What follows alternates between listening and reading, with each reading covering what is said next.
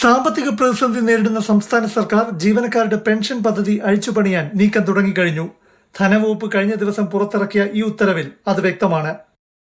സർക്കാർ ജീവനക്കാർ വിരമിച്ച ശേഷം മാസം ഒരു നിശ്ചിത തുക ലഭ്യമാക്കാനുള്ള ജീവാനന്ദം എന്ന പുതിയ പദ്ധതി നടപ്പാക്കും. സംസ്ഥാന ഇൻഷുറൻസ് വകുപ്പ് മുഖേനയാകും ഈ പെൻഷൻ പദ്ധതി. പഠിച്ച് രൂപരേഖ തയ്യാറാക്കാൻ ഇൻഷുറൻസ് വകുപ്പിനെ ധനവകുപ്പ് ചുമതലപ്പെടുത്തിയതാണ് ഈ ഉത്തരവ്.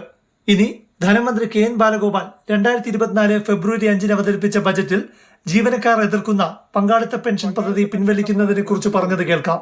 ജീവനക്കാർക്ക് സുരക്ഷിതത്വം നൽകുന്ന ഒരു പെൻഷൻ പദ്ധതി നടപ്പിലാക്കാനാണ് സർക്കാർ ആലോചിക്കുന്നത്. കേന്ദ്ര സർക്കാരിന് നൽകിയ വിഹിതം തിരികെ ലഭ്യമാക്കാൻ ആവശ്യമായ നടപടി സ്വീകരിക്കും. ഒരു അഷ്വേർഡ് പെൻഷൻ സമ്പ്രദായം നടപ്പിലാക്കുന്നതിന് വേണ്ടി പുതിയ സ്കീം രൂപീകരിക്കും. ഇത് കേട്ട സർക്കാർ ജീവനക്കാർക്ക് ഈ ഉത്തരവ് വായിക്കുമ്പോൾ സംശയങ്ങളേറെയാണ്. ഉത്തരവിൽ ഒരിടത്തും പങ്കാളിത്ത പെൻഷൻ പദ്ധതിക്ക് ബദലാണ് ജീവാനന്ദം പദ്ധതിയെന്ന് പറയുന്നില്ല. സർക്കാർ ജീവനക്കാർ വിരമിച്ച ശേഷം ജീവാനന്ദം പദ്ധതിയിലൂടെ മാസം നിശ്ചിത തുക നൽകുമെന്നാണ് പറയുന്നത്. അതായത് സർക്കാരിന് വലിയ ബാധ്യതയായ സ്റ്റാറ്റ്യൂട്ടറി പെൻഷൻ പദ്ധതിയും ഇല്ലാതാക്കാൻ ആലോചന ഉള്ളതുപോലെയാണ്. ജീവാനന്ദം പദ്ധതിയെക്കുറിച്ച് ജീവനക്കാരുമായി സർക്കാർ ചർച്ച ചെയ്തിട്ടില്ല.